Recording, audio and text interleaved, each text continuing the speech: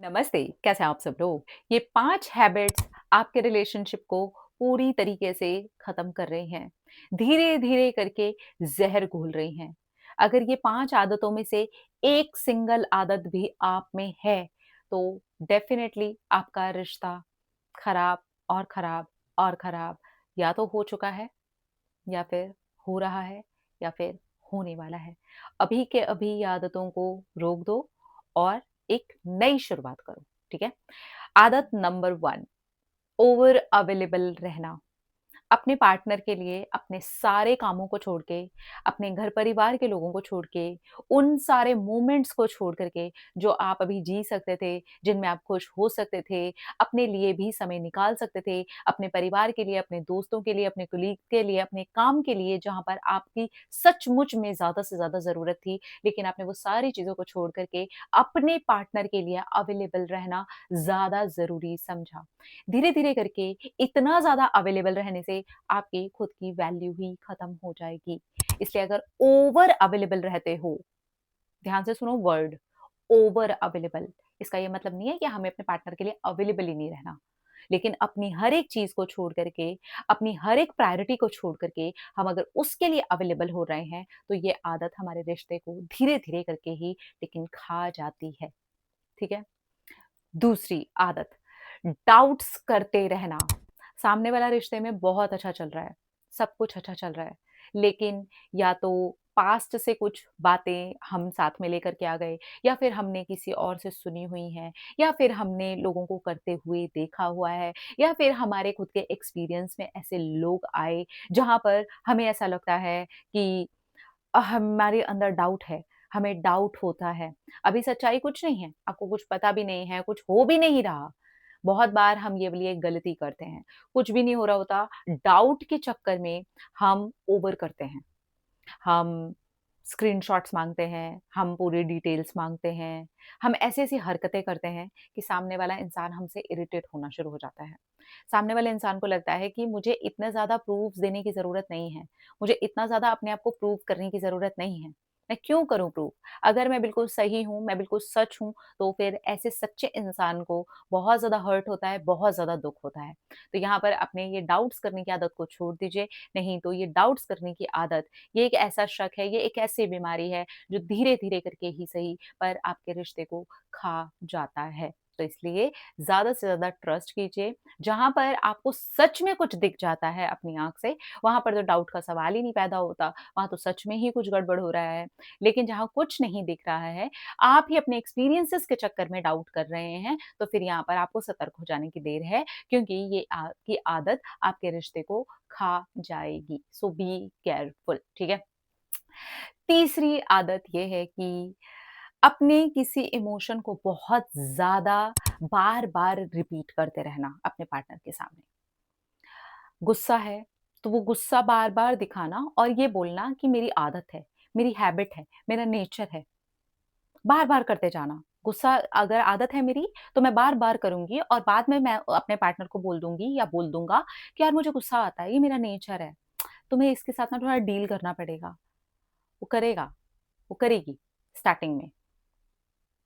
1 साल, 2 साल, 3 साल, 4 साल, बहुत ही ज़्यादा स्ट्रॉन्ग रहा तो 5 साल, 6 साल, लेकिन उनके दिल में आपका वो जो एक इमोशन है, स्पेशली आपका गुस्से वाला या कोई नेगेटिव इमोशन जिसमें आप अब्यूज़ कर देते हो, कुछ भी बदतमीज़ी से बात कर देते हो, उसी के ऊपर चिल्ला देते हो, उसी के ऊपर गुस्सा निकाल देते हो, वो घर कर जाता है, वो पेन दे देता है। अगर आपके पास ऐसे इमोशन है, आप हर वक़्त अपना दुखड़ा ही रोते रहते हो, वो आपने इतनी आदत बना ली है कि आप ये सोचते हो कि मेरे पार्टनर को तो अंडरस्टैंड करना चाहिए कि मेरी आदत है ये, दुखड़ा रोने की आदत है, शिकायतें करने की आदत है, ये कंप्लेंट्स करते रहने की मुझे आदत है। मेरे पार्टनर को ना ये वाली बातें ना समझ में आनी चाहिए। और हम ये सोच रहे हैं कि उसको ये समझ में आना चाहिए। येस, उसको समझ आता है, वो कोई बेवकूफ़ नहीं है। लेकिन बार-बार रिपीट करने से होता ये है कि आपकी वही आदत उसके अंदर एक नेगेटिव पैटर्न को जन्म दे देती है, जो आपके लिए गलत होता है। अगर आप बहुत रोते रहते हो, जो कि लड़कियाँ हमेशा ही बोलती रहती हैं, मैं ओवर सेंसिटिव हूँ, जैसे मैं हर बात ही रो के करती हूँ, मुझे रोना ही आ जाता है, हर बात पे, हर दूसरी-तीसरी बात पे रोना आ जाता है। धीरे-धीरे करके उनके पार्टनर्स इसी रोने को नाम देते हैं ड्रामा। हो गई नौटंकी शुरू। गुस्से को लेकर के पार्टनर के मन में आ जाता है, पता नहीं यार ये वाली बात मैं बोलूँ, ना बोलूँ?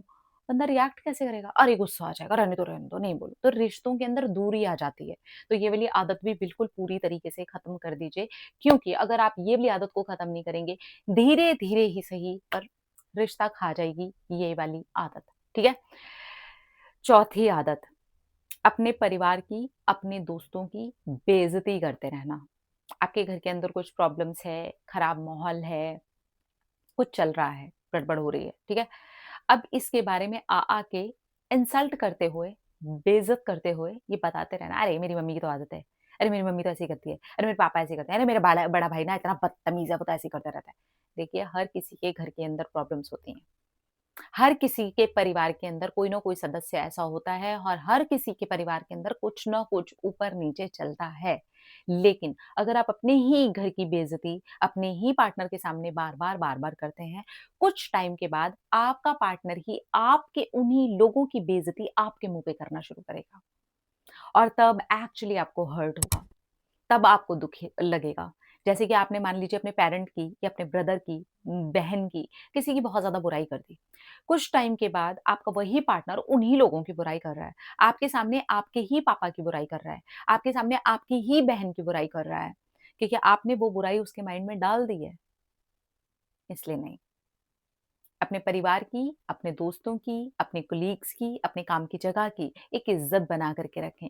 अगर आपने कभी-कभार कोई प्रॉब्लम डिस्कस कर ली, इट्स ओके पर आप लगातार वही करते जा रहे हैं, तो वो छवि बन जाएगी आपके पार्टनर के माइंड में और वो जब छवि बन गई और आपके पार्टनर ने रिएक्ट करना शुरू किया और रिएक्शन में भी उसने सेम बातें बोलनी शुरू की, आपको बहुत ज़्यादा दुःख लगेगा और धीरे-धीरे करके रिश्ते में खटास आनी शुरू हो जाएगी। इसलिए प्लीज़ ये बिल्कुल ही बंद कर दें, ठीक है? पार्टनर को सही तरीके से समझना, ये भी हमारे लिए ना बहुत ज़्यादा इम्पोर्टेंट होता है। सही तरीके से समझना, सही तरीके से टाइम देना, सही तरीके से वहाँ पर अवेलेबल रहना, सही तरीके की चीज़ें करना, ठीक है? एक हैबिट है कि सामने वाला मुझे छोड़ कर के ना चला जाए, इसलिए मुझे उसे किसी भी तरीके से प्लीज़ करना है। मुझे उसे खुश रखना है। इसमें चाहे मुझे फाइनेंशियली लॉस हो, चाहे मेरे काम का हर्जा हो, चाहे वो फ़िज़िकल की डिमांड करता रहता है, मुझे वही क्यों ना पूरी करनी हो, बस मुझे एनी हाउ सामने वाले इंसान को प्लीज़ करना है। तो मेरी बहन और मेरे भाई, आप एक बात समझने की कोशिश करना कि आप गड़बड़ इंसान के साथ हो। आपको सिर्फ़ और सिर्फ़ प्लीज़िंग के लिए रखा जा रहा है कि भैया तुम प्लीज़ ही करते रहो मुझे। तुम्हारा काम ही यही है और आपने भी अपनी आदत बना ली है। बहुत बार हमें पता ही नहीं चलता कि उसको खुश करने की आदत पड़ गई है हमारी या हमारा खुद का नेचर है या ये अब हम अपने मन से कर रहे हैं या फिर बेमन किए जा रहे हैं क्योंकि हमारी तो हैबिट है। लेकिन वो प्लीज़ करने की आदत से होता ये है, सामने वाले को भी उसी चीज़ की आप आदत डाल देते हो और जब ये आदत इतनी ज़्यादा हो जाती है, आपके लिए आपको रिटर्न में वहाँ से कुछ नहीं मिलता और आप ही परेशान होते हो। इसलिए हर टाइम अपने पार्टनर को प्लीज़ करने की ज़रूरत नहीं है। कुछ चीज़ों में डिसएग्रीमेंट्स भी होंगे, कुछ में एग्रीमेंट्स भी होंगे, इट्स ओके। कुछ चीज़ों में हम एग्री करते हैं, कुछ उन चीज़ों में डिसएग्री करते हैं, सो व्हाट? बाउंड्रीज़ सेट कीजिए, बहुत ज़्यादा ज़रूरी है। क्योंकि प्लीज़ करने के चक्कर में हम अपनी बाउंड्रीज़ तक सेट नहीं करते हैं और हम प्लीज़ करते अपनी गत बुरी बना लेते हैं।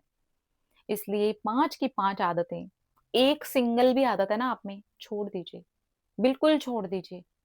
क्योंकि ये आदतें समय के साथ-साथ एकदम से शुरू में नहीं होगा। साल, 2 साल निकल जाएगा, कोई-कोई पार्टनर तो रिएक्ट कर जाता है स्टार्टिंग में, पर बहुत सारे लोग प्यार के चक्कर में चलते रहते हैं। चलो प्यार है, चलो कोई नहीं हमारा पार्टनर है, चलो तुमसे मुझे कुछ मिल रहा है, मुझसे तुम्हें कुछ चल रहा है, मतलब बेनिफिट्स वाला मैटर, है ना?